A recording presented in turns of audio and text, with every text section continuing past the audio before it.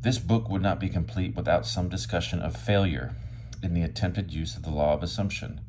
It is entirely possible that you either have had or will have a number of failures in this respect, many of them in really important matters. If, having read this book, having a thorough knowledge of the application and working of the law of assumption, you faithfully apply it in an effort to attain some intense desire and fail, what is the reason? If to the question, did you persist enough? You can answer yes, and still the attainment of your desire was not realized. What is the reason for failure? Question. The answer to this is the most important factor in the successful use of the law of assumption, or creating. I mean, he's basically saying the creation of your movie clips and the conception of yourself, the law of assumption, law of attraction. The time it takes your assumption to become fact, your desire to be fulfilled, is directly proportionate to the naturalness of your feeling of already being what you want to be, of already having what you desire. The fact that it does not feel natural to you to be what you imagine yourself to be is the secret of your failure. Regardless of your desire, regardless of how faithfully and intelligent you follow the law, if you do not feel natural about what you want to be, you will not be it. If it does not feel natural to you to get a better job, you will not get a better job.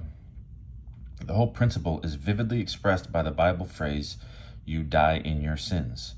You do not transcend from your present level to the state desired.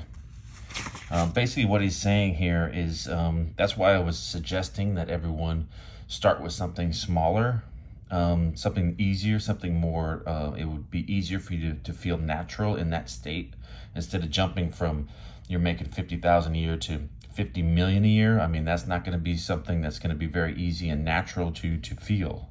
So I would recommend starting something smaller, and that will help with the failure. You start small, work your way up slowly, and you just build yourself up there. You can't just jump from 1 to 100 in one day or a week. You have to build up.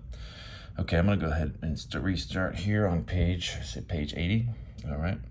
How can this feeling of naturalness be achieved? The secret lies in one word, imagination. For example, this is a very simple illustration. Assume that you are securely chained to a large, heavy iron bench.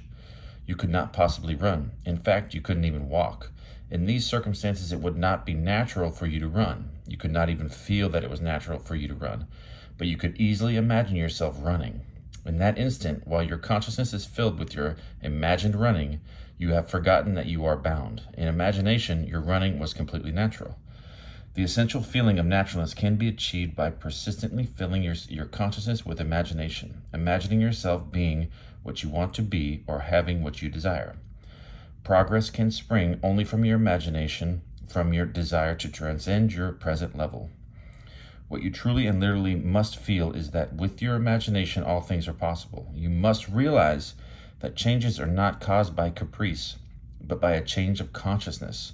You may fail to achieve or sustain the particular state of consciousness necessary to produce the effect you desire, but once you know that consciousness is the only reality and is the sole creator of your particular world, and have burnt this truth into your whole being, then you know that success or failure is entirely in your hands. Whether or not you are disciplined enough to sustain the required state of consciousness in specific instances has no bearing on the truth of the law of itself. That an assumption, if persisted in, will harden into fact. The certainty of the truth of this law must remain despite that great disappointment and tragedy. Even when you see the light of life go out and all the world go on as though it were still day, you must not believe that because your assumption failed to materialize, the truth that assumptions do materialize is a lie. If your assumptions are not fulfilled, it is of some error or weakness in your consciousness.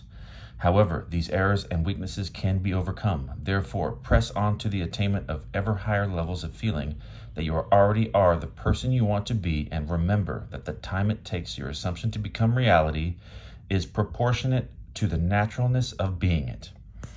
And then there's a quote here from Emerson, which is really awesome. I just wanted to reiterate about that starting small and then and then going large, starting from 1, maybe 1 to 5, maybe at most. Start with something small, work your way up slowly. That way it's easier to feel natural in that state. I hope this answered some questions, and leave some comments about it, and I'm going to try to come up with some more ideas. I've got more videos coming. Stay tuned.